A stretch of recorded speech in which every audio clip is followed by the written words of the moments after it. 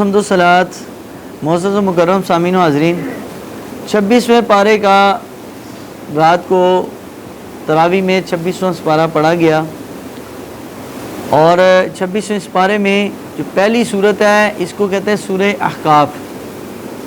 احقاف عربی زبان میں کہتے ہیں ریت کے ٹیلے، ریت کے جو ٹیلے ہوتے ہیں اس کو عربی میں احقاف کہتے ہیں۔ اور قرآن عظیم فرقان حمید میں یہ جو سورہ مبارکہ اتری ہے، قوم عاد جہاں رہا کرتی تھی اس علاقے میں ریت کے ٹیلے تھے، تو اللہ تعالیٰ نے اس قوم کا حال قرآن پاک میں جب بیان کیا تو پوری ان کے نام سے پوری سورت نازل فرمائی۔ تو میرا رب العالمین جل وعلا ارشاد فرماتا ہے وَوَصَّيْنَا الْإِنسَانَ بِوَالِدَيْهِ إِحْسَانًا۔ اللہ پاک ارشاد فرماتے ہیں کہ میں نے انسان کو حکم دیا کہ وہ اپنے ماں باپ کے ساتھ احسان کرے۔ ماں باپ کے ساتھ انصاف کرنے کا حکم نہیں ہے، بیٹا ادھر ادب ہے جا، ماں باپ کے ساتھ انصاف کرنے کا نہیں کہا گیا بلکہ احسان کرنے کا کہا گیا۔ یہ آیت کا پس منظر ذرا سمجھ لیجئے۔ نبی علیہ السلام جب مکہ میں تھے تو 13 سال میں کل 70 لوگ مسلمان ہوئے، تو 70 مسلمانوں میں بہت سارے ایسے تھے کہ جن کا اگر باپ ایمان لے کر آیا صحابی بنا تو بیٹا دشمن اسلام بن گیا، اور اگر بیٹا ایمان لے کے آیا تو باپ اس کا دشمن بن گیا۔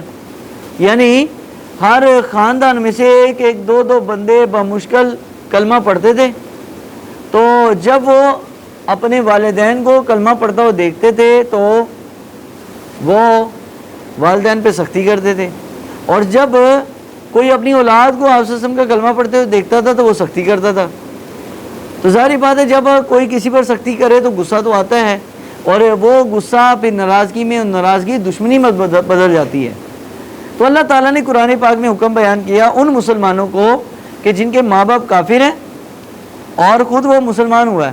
اللہ نے فرمایا وَبِالْوَالِدَيْنِ إِحْسَانًا، ماں باپ کے ساتھ چاہے وہ کافر ہو گئے ہیں ان کا معاملہ رب کے ساتھ ہے، تم نے اپنے ماں باپ کے ساتھ احسان کرنا ہے۔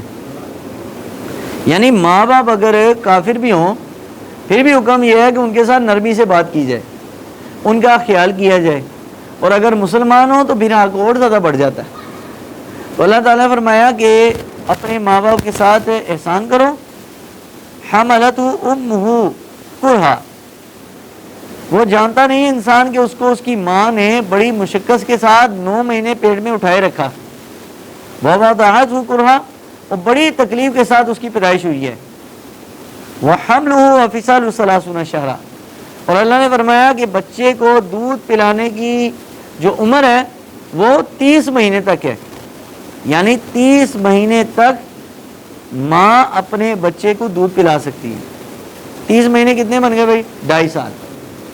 2.5 سال تک اجازت ہے، لیکن بہتر یہ ہے جو سورہ بقرہ میں آیا کہ 2 سال تک بچے کو دودھ پلانا چاہیے۔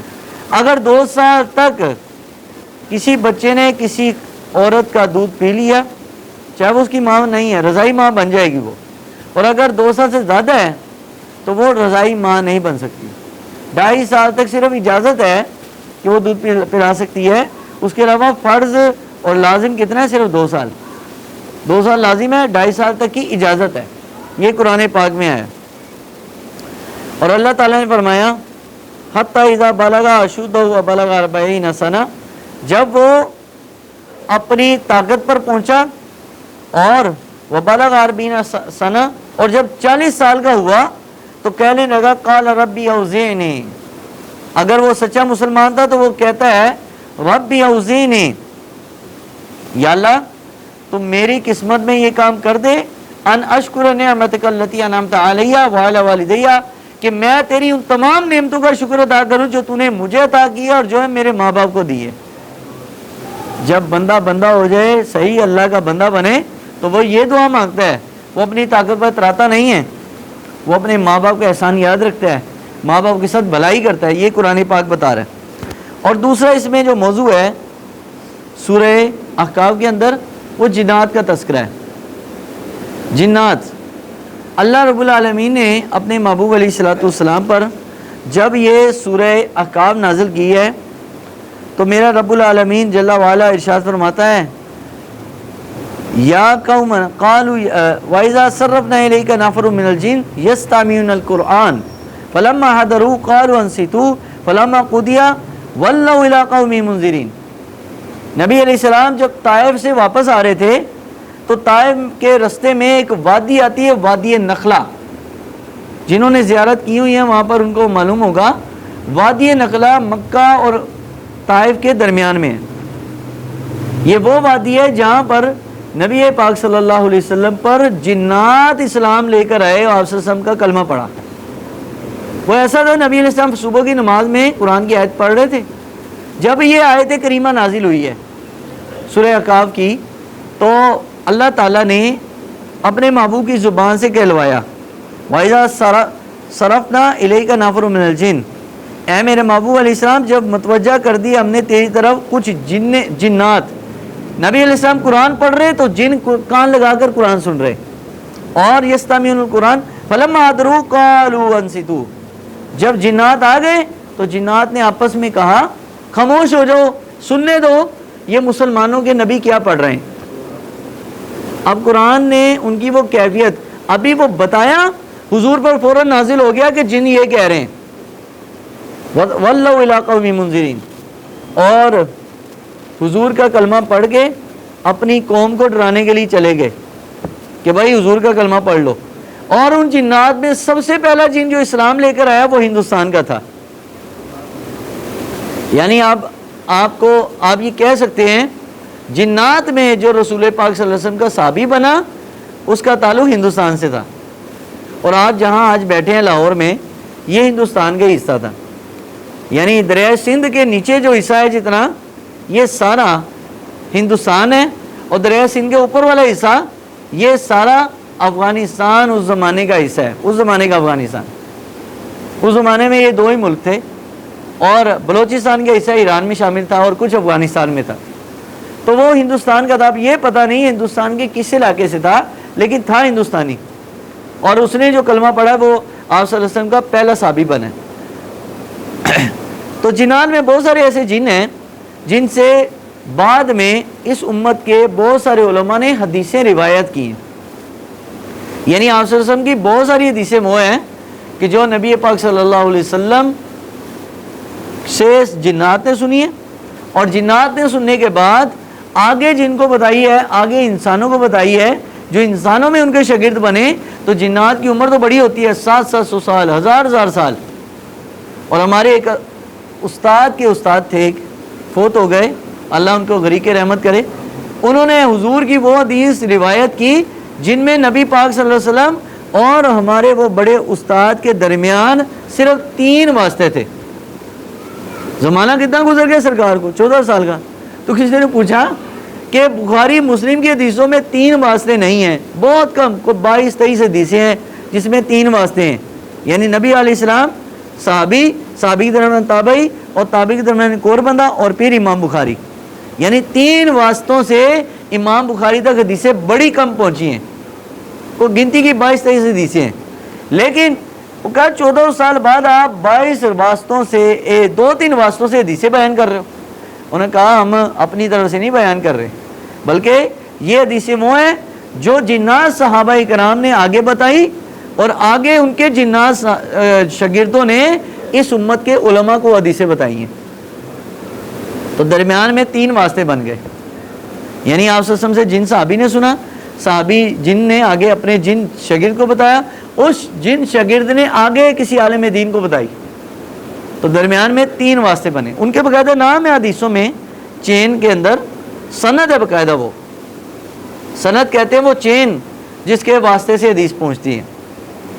تو سورہ احقاف میں بنیادی طور پر اللہ تعالیٰ نے ان جنات کا تذکرہ کیا۔ آگے سورہ محمد ہے۔ سورہ محمد یہ نبی علیہ الصلوۃ والسلام کے نام سے یہ صورت ہے، لیکن کمال کی بات یہ ہے کہ اللہ پاک نے جس نبی کے بارے میں نبی کی نسبت سے صورتیں اتاری ہیں نا، آپ وہ صورتیں پڑھ کے دیکھ لیں، اس میں ان نبیوں کی عادتیں، نبیوں کی فطرت، نبیوں کی سیرت بیان ہوئی ہے۔ سورہ ابراہیم ہے، ساری حضرت ابراہیم علیہ السلام کا کردار بیان ہوا ہے۔ سورۃ یوسف ہے، حضرت یوسف علیہ السلام کا ذکر ہے، سورہ یونس ہے حضرت یونس علیہ السلام کا ذکر، سورہ مریم ہے سارا بی بی مریم کا تذکرہ اس میں، آل عمران دیکھ لیں حضرت عمران اور ان کے خاندان کا ذکر ہے۔ جب آئی سورہ محمد تو سورہ محمد صلی اللہ علیہ وسلم کو آپ اس اندازے سے سمجھیں کہ سورہ محمد کے اندر کیا ہے، اگر سورہ محمد کے اندر جو ہے وہی ہمارے نبی صلی اللہ علیہ وسلم کی زندگی ہے۔ اب آئیے سورہ محمد میں کیا ہے، کبھی ترجمے کے ساتھ اس کو کمپلیٹ پڑھ لیں، میں صرف اس کا خلاصہ بتاؤں گا۔ سورہ محمد میں سارے احکامات، ساری آیتیں اکثر اللہ تعالیٰ نے نبی پاک علیہ السلام کو جہاد کی ترغیب دینے میں اور امت کے لیے استغفار کرنے کی ترغیب میں بیان کی۔ بس دو باتیں ہیں۔ اللہ تعالیٰ نے فرمایا میرے محبوب آپ اللہ کی بارگاہ میں توبہ کیجئے اپنے امت کے اگلے اور پچھلے لوگوں کے گناہوں کے لیے، یعنی امت کے جو پہلے لوگ گزر گئے اور جو بعد میں آئیں گے سب کے لیے استغفار کون؟ اللہ کے نبی صلی اللہ علیہ وسلم کر رہے ہیں۔ تو اللہ تعالیٰ نے بنیادی طور پر یہ، اور دوسری بات ہے قتال، جہاد قتال والا، ایک ہے جہاد وہ کوشش والا، وہ والا نہیں، قتال۔ اللہ تعالیٰ نے نبی علیہ السلام کو سورہ محمد میں قتال کرنے کا حکم دیا ہے یہود و نصارہ کے ساتھ۔ اس کا مطلب جہاد حضور کی زندگی کا حصہ تھا، اور حضور نے فرمایا یہ میری امت تب تک عزت پاتی رہے گی جب تک جہاد کرتی رہے گی، اور جب یہ میری امت جہاد ترک کر دے گی اللہ اس امت کو ذلیل کر دے گا۔ آج امت کی ذلت کا سبب تو یہی ہے، ہم رمضان بڑے مزے سے گزار رہے ہیں، کھا رہے ہیں، پی رہے ہیں اور جی رہے ہیں، وہاں غزہ میں فلسطین پر بم پھینک رہے ہیں اسرائیل والے۔ ہم سے تو 100 گنا بہتر پھر وہ لبنان والے تھے، چھوٹا سا ملک ہے پاکستان، نہ ایٹمی پاور، نہ آرمی، جمہوریہ پاکستان، کوئی چکر نہیں جناب، چھوٹا سا ملک ہے، اور وہ غزہ کے لوگ مسلمان چھوٹے سے، نہ ان کے پاس لڑنے کے لیے ہتھیار ہیں، لیکن انہوں نے 1 منٹ کے اندر 35 میزائل داغ دیے اسرائیل پر۔ انہیں کہا مرنا تو ہے تو عزت کی موت تو مرے نا۔ حضرت خالد بن ولید کا بھی گزرا نا 18 رمضان کو آپ کا یوم وصال۔ خالد بن ولید رضی اللہ تو ایک بات فرمایا کرتے تھے، آپ فرماتے تھے جب آپ کا آخری ٹائم آیا نا، خالد بن ولید نے اپنے بستر مرگ پر یہ دعا کی، بات کی اور کہا موت کو، خالد بن ولید نے اپنی موت سے کہا کہ اے موت میں نے تجھے بڑی جنگوں میں تلاش کیا، میں نے تجھے بڑی جنگوں میں ڈھونڈا لیکن تو مجھے نہ ملی، آج جب خالد بیمار ہو گیا ہے تو بیمار سمجھتے ہوئے، کمزور سمجھتے ہوئے آ گئی ہے۔ اور فرمایا دنیا کے بزدلوں کو بتا دو اگر موت آنا ہوتی تو خالد کب کا مر چکا ہوتا، اگر تلوار سے موت آتی، موت تب ہی آتی ہے جب رب نے کسی کو موت دینی ہو۔ تو بھائی مرنا ہو دو یہ جدو موت آنی ہے، جتنا مرضی مغرب کو راضی کر لیں، جناب امریکہ کو راضی کر لیں کہ جناب اسرائیل، وہ مذمتی بیان آ جاتا ہے، ٹویٹ آ جاتا ہے جی ہم مذمت کرتے ہیں، اور بھائی یہ مذمت کا کام ہمارا اور آپ کا ہے، مولوی مذمت کرے تو سمجھ آتی ہے، عوام مذمت کرے تو سمجھ آتی ہے، اور جن کے ہاتھ میں ریموٹ کنٹرول ہے ان ایٹم بمبوں کا، ان میزائلوں کا، ان لڑنے والے اسلحے ہتھیاروں کا، اور وہ کہیں گے ہم مذمت کرتے تو بات سمجھ نہیں آتی، کیونکہ قیامت کو اللہ نے ان کے بارے میں پوچھ رہے ہیں کہ تم نے جو اپنے دفاعی سامان بنایا تھا کہ اس لیے بنایا تھا کہ بعد 23 مارچ کو لوگوں کو دکھا دو، بلکہ اس لیے بنایا تھا کہ اس سے مسلمان ماؤں بیٹی اور مسلمان کمزوروں مسلمانوں کی جان و مال کا تحفظ کرو۔ تو سورہ محمد میں بیسیکلی اللہ نے اس جہاد اور قتال کی ترغیب دی ہے، اور یہ حضور کے نام سے جو سورت نازل ہوئی ہے اس میں نازل کر کے رب نے بتا دیا جہاد ہی میرے نبی کی زندگی کا پسندیدہ عمل ہے۔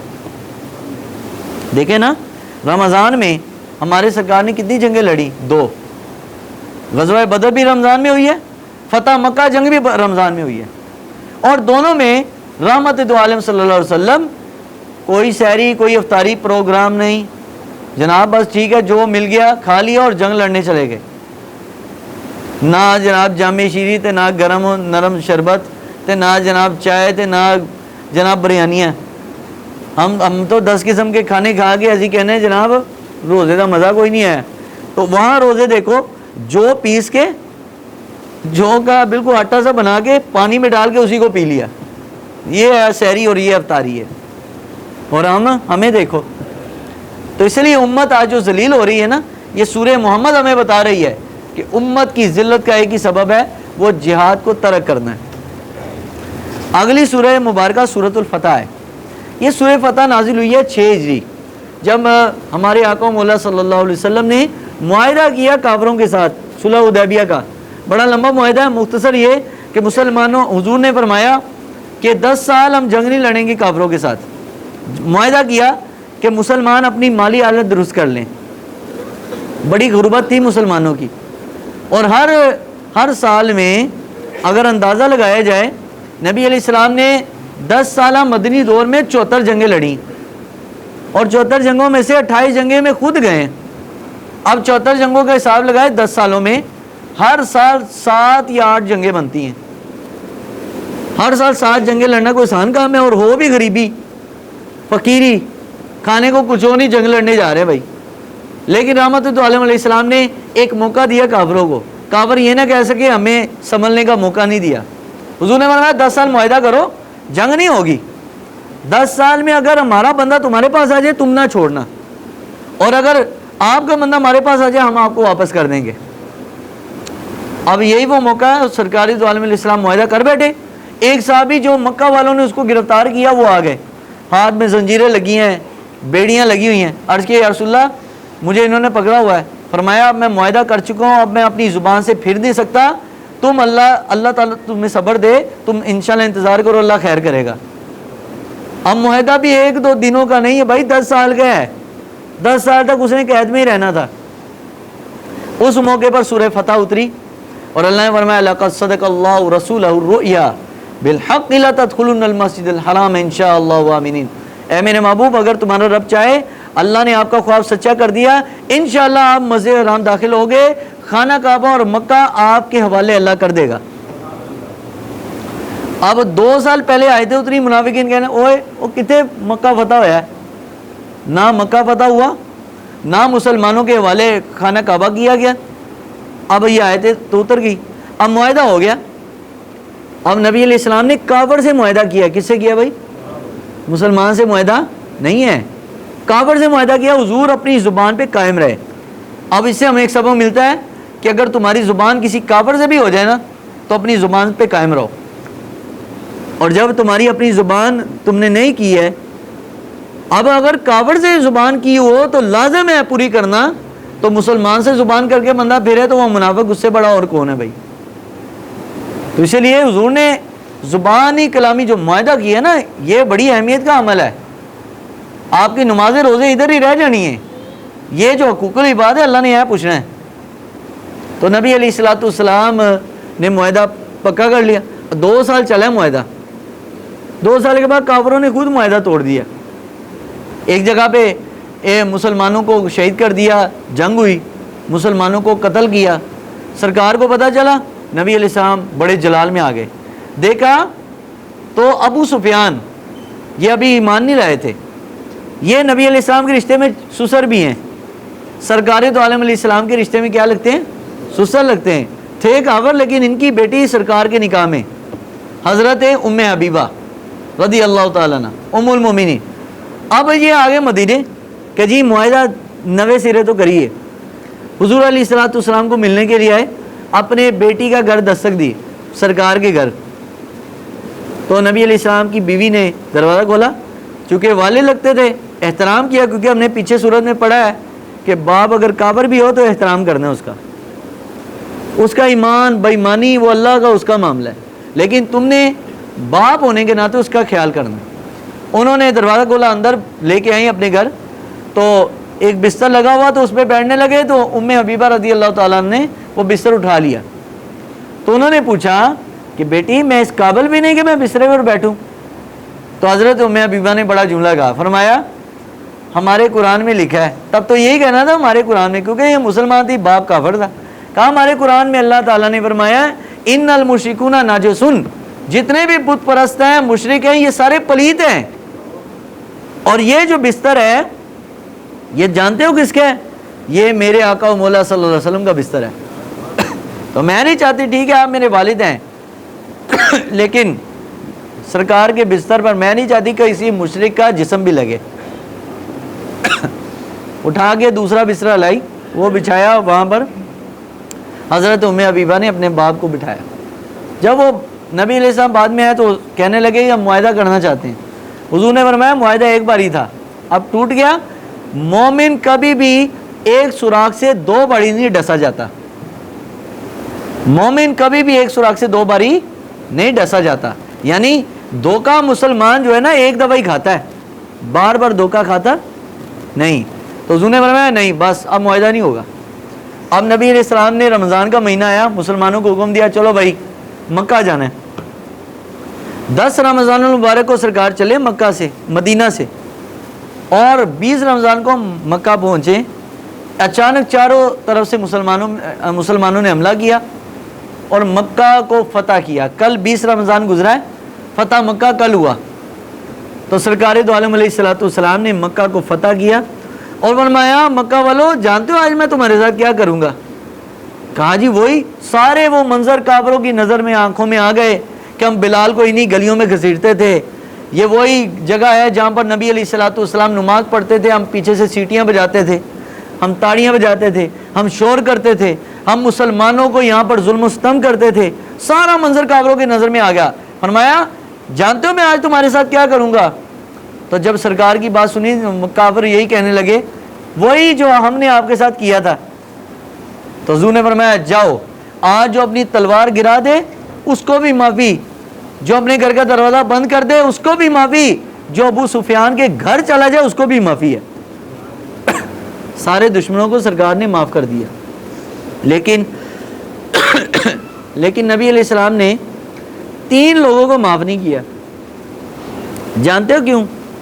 اور کافر ہے نا، انہوں نے تو صرف جسمانی طور پر تکلیف دی، لیکن یہ جو 3 لوگ تھے اس میں سے ایک عورت تھی اور 2 مرد تھے، اور باختلاف روایت 5 لوگ تھے۔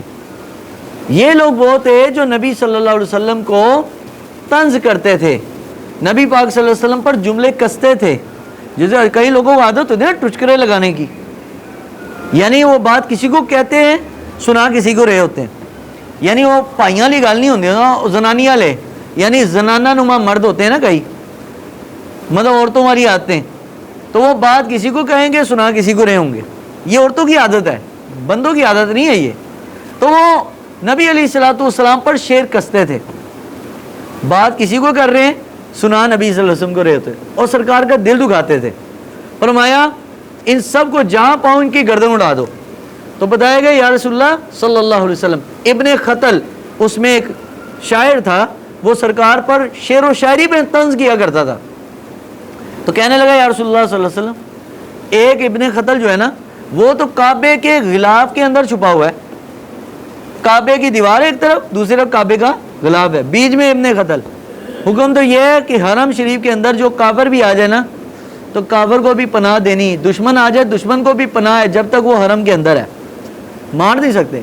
لیکن حضور نے فرمایا الیوم یوم الملحمہ، حضور نے فرمایا آج کا دن، آج کے بعد قیامت تک حرم مکہ میں کسی کو قتل کی اجازت نہیں ہے، کسی کا خون بہانے کی اجازت نہیں ہے، یہ امن کی جگہ ہے، لیکن فرمایا آج کے دن اجازت ہے، اس کو نکالو سین کعبہ میں اس کی گردن اڑا دو۔ سب لوگوں کو بڑے بڑے کافروں کو معاف کر دیا، ان کو نہیں کیا، کیوں؟ کیونکہ یہ نبی پاک صلی اللہ علیہ وسلم کا دل دکھاتے تھے، یہ سرکار کی توہین کرتے تھے، بے ادبی گستاخی کرتے تھے۔ تو دیکھیں ایک ہے جسم سے تکلیف دینا، جسم کا زخم پھر بھی مٹ جاتا ہے، لیکن زبان کا جو لفظ ہے نا، زبان کا لفظ یہ ایسی تیر ہے کہ اس کی تکلیف ختم نہیں ہوتی۔ اس لیے جب بھی زبان سے بولو تو میٹھا بولو، کسی کو آپ کی زبان سے تکلیف نہ ہو، کسی کو آپ کم تر نہ سمجھیں۔ تو سورہ فتح میں بنیادی طور پر اللہ نے نبی صلی اللہ علیہ وسلم کے اس خواب کا ذکر کیا۔ اگلی سورہ حجرات ہے، یہ بھی بڑی ڈیپلی ہے، لیکن میں اس کے موٹے 3-4 پوائنٹ بتاتا ہوں۔ حجرات کہتے ہیں حجرے کو، حجروں کو، جیسے یہ آپ اعتکاف والے حجرے بنا کر بیٹھے نا، تو نبی علیہ السلام کی بیویوں کے کمرے تھے مسجد نبی کے ساتھ ہی، 9-10 حجرے تھے رحمت دو عالم صلی اللہ علیہ وسلم کے۔ تو سرکار تو عالم علیہ السلام اپنے حجروں میں تھے، تو ایک پینڈو دیہاتی آ گیا. دیہاتیوں کو اکثر ادب و اداب کا پتہ نہیں ہوتا نا، دیہاتی ہوتے ہیں، علم نہیں ہوتا، سمجھ بوجھ نہیں ہوتی. تو حضور کے گھر کے پچھلی سائڈ پر کھڑے ہو کر نبی صلی اللہ علیہ وسلم کو یا محمد صلی اللہ علیہ وسلم کہہ کے آوازیں دینے لگا. تو اعلیٰ حضرت نے فرمایا نبی پاک صلی اللہ علیہ وسلم کو یا محمد یعنی نام لے کے یا کا لفظ یہ ادب کے خلاف ہے، یعنی اس طرح نہیں، بلکہ یا نبی اللہ، یا رسول اللہ، یا رحمت اللہ عالمین یہ کہہ کے پکارو گے تو یہ زیادہ اچھا لفظ ہے. نام لے کے یا محمد صلی اللہ علیہ وسلم کہو گے تو یہ توہین اور بے ادبی والا لفظ ہے. تو وہ دیہاتی آپ وسلم کو حجروں کے باہر پکارنے لگا. تو اللہ تعالیٰ نے سورہ حجرات کے نام سے پوری صورتیں اتار دی کہ جب بھی میرے نبی کے گھر کے پاس آؤ تو تم نے جب نبی پاک کو بلانا ہے تو بلانے کا انداز کیا ہونا چاہیے. ساری پہلے رکوع میں اللہ نے وہ بتا دیا. پہلا تو یہ بتایا نبی کی آواز سے اپنی آواز کو بلند نہیں کرنا. آج بھی یہی حکم ہے. حرم شریف میں جب مدینہ منورہ جاتے ہیں، مواج شریف روضہ مبارک کے سامنے، تو وہاں روضہ مبارک پر یہ آیت کریمہ لکھی ہوئی ہے لا ترفعوا اصواتکم فوق صوت النبی، نبی کی آواز سے اپنی آواز کو بلند نہیں کرنا. یہ آج بھی لکھا ہوا ہے. حضرت عمر کے دور میں ایسا ہوا ایک دفعہ کہ باہر سے ایک شخص آیا، وہ مواج شریف قبر مبارک نبی علیہ السلام کے پاس کھڑے ہو کر اونچا اونچا بات کر رہا تھا. وہاں تو حکم یہ ہے، علامہ اقبال فرماتے ہیں یہ تو وہ بارگاہ ہے کہ روضہ مبارک نبی علیہ السلام کی یہ وہ بلند بارگاہ ہے. اس کی اقبال فرماتے ہیں نفس گم کردہ می آیا جنید و با یزیدی جا. فرمایا یہ وہ بلند بارگاہ ہے کہ جب باعث بستامی اور جنید بغدادی جیسے بڑے ولی اللہ بھی آتے ہیں نا اس عظیم بارگاہ میں، تو وہ اپنی سانس بھی روک لیتے ہیں، کہیں سانس کی آواز بھی نبی پاک کو تکلیف نہ دے. تو یہ عظیم بارگاہ ہے اپنا آپ مٹا کر. لیکن آج عجیب حالت ہے مسلمانوں کی یار، مجھے بڑی تکلیف ہوتی ہے کہ روزہ مبارک جا رہے ہیں ویڈیو بنا رہے ہیں، پیچھے حضور کا جعلی مبارک ہے وہاں تصویریں بنا رہے ہیں، وہاں ویڈیو بنا رہے ہیں. اور بھائی یہ تو عظیم بارگاہ، یا تو اپنا سر بھی جھکاؤ، اپنی نظریں بھی جھکا لو کہ جالیوں کی طرف نظریں بھی نہ اٹھاؤ کہ ہماری نظریں بھی اس قابل نہیں ہے کہ اس جالیوں کو دیکھیں. یہ تو وہ عظیم بارگاہ ہے. لیکن آج مسلمان وہاں جا کے تصویریں بنا رہے ہیں، جناب پیچھے گنبد عذرا ہے تو کھڑے ہو کے جناب سیلفیاں لے رہے ہیں اور جناب اسٹیٹس میں لگا رہے ہیں. تو بھائی اگر عمرے پہ جائیں کبھی تو اپنا وہاں پر اپنے کیمرہ شیمرہ بند کر کے رکھیں. یہ تو یقین مانے مجبوری ہے کہ لوگوں تک اللہ رسول کی بات پہنچانی ہے تو یہ کام کر رہے ہیں، ورنہ میں تو مسجد میں بھی لگانے کے حق میں نہیں ہوں کہ مسجد میں بھی یہ نہیں ہونا چاہیے. مسجد میں موبائل بند سائلنٹ. تو بھائی وہ تو عظیم بارگاہ جہاں سے ہمیں اسلام اور دین ملا ہے، اور قرآن کہتا ہے وہاں جاؤ تو اپنی آوازوں کو پست رکھو. کہیں ایسا نہ ہو کہ آواز بلند کرنے سے تمہارے عمل سارے ضائع ہو جائیں. اتنی عظیم بارگاہ ہے، اتنا ادب ہے وہاں پر. وہاں امام مالک جیسے پوری زندگی امام مالک نے جوتی نہیں پہنی، مدینہ میں رہے. کیوں؟ فرمایا کہیں ایسا نہ ہو کہ جہاں پر میرے آقا کے پاؤں کی جوتی کے نشان پڑے ہوں کہیں میری جوتی کے نشان بھی وہاں نہ آ جائے. امام مالک اور امام ابو حنیفہ رحمۃ اللہ علیہ جب مسجد مدینہ آتے تو دیواروں کے ساتھ ساتھ اپنی کمر کو رگڑتے ہوئے گزرتے. تو کسی نے کہا رستہ تو ہے کھلا. فرمایا کیا پتہ اسی رستے پر سرکار کے قدم لگے ہوں. وہ تو اتنی عظیم بارگاہ ہے. پوری سورہ حجرات اللہ نے ادب رسالت کے بارے میں بتائی اور فرمایا ان الذین یغضوا اصواتهم عند رسول اللہ. اللہ نے فرمایا کہ جو میرے نبی کی بارگاہ میں دھیمی آواز سے بات کرتے ہیں تو اللہ نے فرمایا یہ وہ لوگ ہیں جن کے دل کو اللہ نے ایمان اور تقوی کے لیے چن لیا ہے.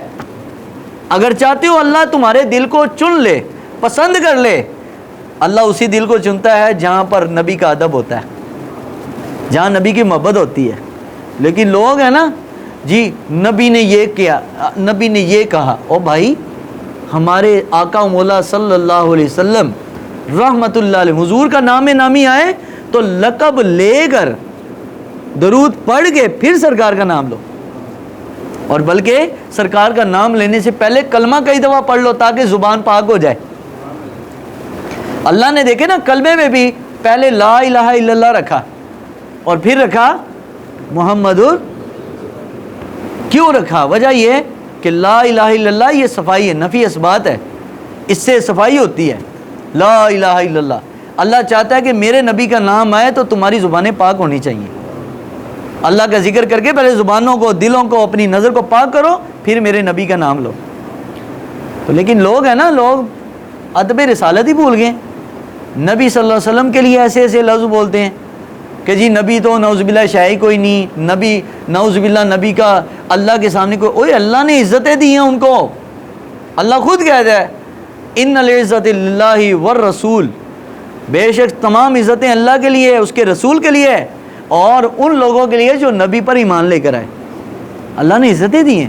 تو پورے سورہ حجرات میں اللہ تعالیٰ نے ادب رسالت بیان کی ہے. آگے سورہ قاف اور سورہ زاریات کی 2 روایتیں بس سنا کے میں ختم کروں گا. لیکن یہاں حضرت عمر کی وہ بات رہ گئی بیچ میں کہ مدینہ منورہ میں حضرت عمر کے سامنے ایک شخص مواجہ شریف کے سامنے ہی اونچی جی بات کر رہا.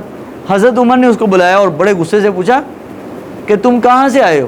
کہا جی میں بڑی دور سے آیا ہوں، مدینہ کے باہر کا ہوں. فرمایا اگر تم مدینہ کے ہوتے تمہیں یہیں پر لمحے ڈال کے میں چھتر لگواتا. پوچھا کیوں؟ فرمایا تمہیں پتہ نہیں یہاں اللہ کے نبی آرام فرمایا، تم اتنی اونچی بات کر رہے ہو.